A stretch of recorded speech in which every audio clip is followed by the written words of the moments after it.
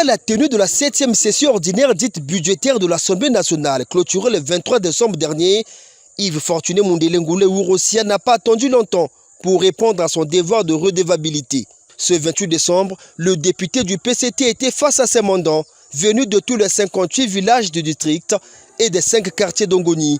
Les travaux de l'Assemblée nationale, l'élu du peuple a fait un compte rendu synthèse s'appuyant sur les projets qui concernent Ongoni, inscrits dans la loi de finances 2025.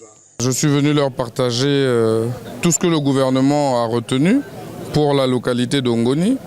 Par exemple, le réaménagement de routes en terre Inkwele, Ongoni, Lesanga, les études en vue du bitumage de la route et l'aménagement et le bitumage Inkwele, Ongoni, Lesanga que le gouvernement a pris en compte probablement pour cette année. C'est une inscription budgétaire et nous prions que le gouvernement puisse avoir la ressource pour pouvoir faire cela. Longue de 30 km, la route Inkwele-Ongoni-Lesanga bénéficie déjà d'un entretien pluriannuel. Reste son bitumage, ce qui est très attendu par des populations. En dehors de la route, Ongoni bénéficie aussi des lignes budgétaires concernant les projets d'écoles et de centres de santé. La réhabilitation et le réaménagement du CECI de Lesanga, du CECI d'Endolo, bientôt la finition et l'inauguration imminente du centre de santé intégré de Mosende. Nous avons parlé de la récolte au niveau de la ZAP, la zone agricole protégée.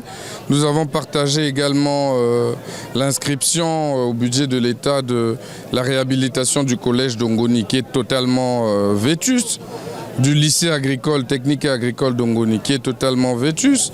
Un autre point évoqué par Yves Mundele Ngolo, le vote à l'Assemblée de la loi Mundele Ngolo sur le contrôle des stupéfiants, des substances psychotropes et des précurseurs.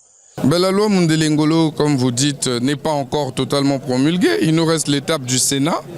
Il s'agit de pouvoir voir comment faire en sorte que des médicaments comme le tramadol, qui sont destinés à soigner des malades, ne se retrouvent pas entre de mauvaises mains, entre des personnes qui ne méritent pas de les consommer.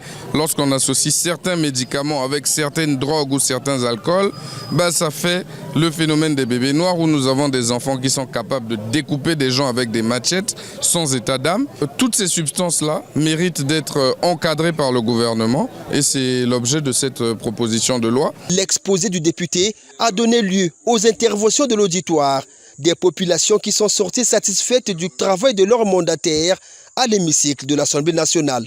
De ses efforts pendant les 2 ans qu'il est avec nous, en tout cas c'est efficace dans ces projets qu'il est en train d'améliorer pour le district d'Ongoni et dans tout le Congo. Mais nous sommes heureux parce que la population d'Ongoni lui a envoyé faire pour que Ongoni puisse aussi aller en avant. Après 2 ans d'exercice, le travail du député Mundele Ngolo produit des fruits palpables dans sa circonscription électorale.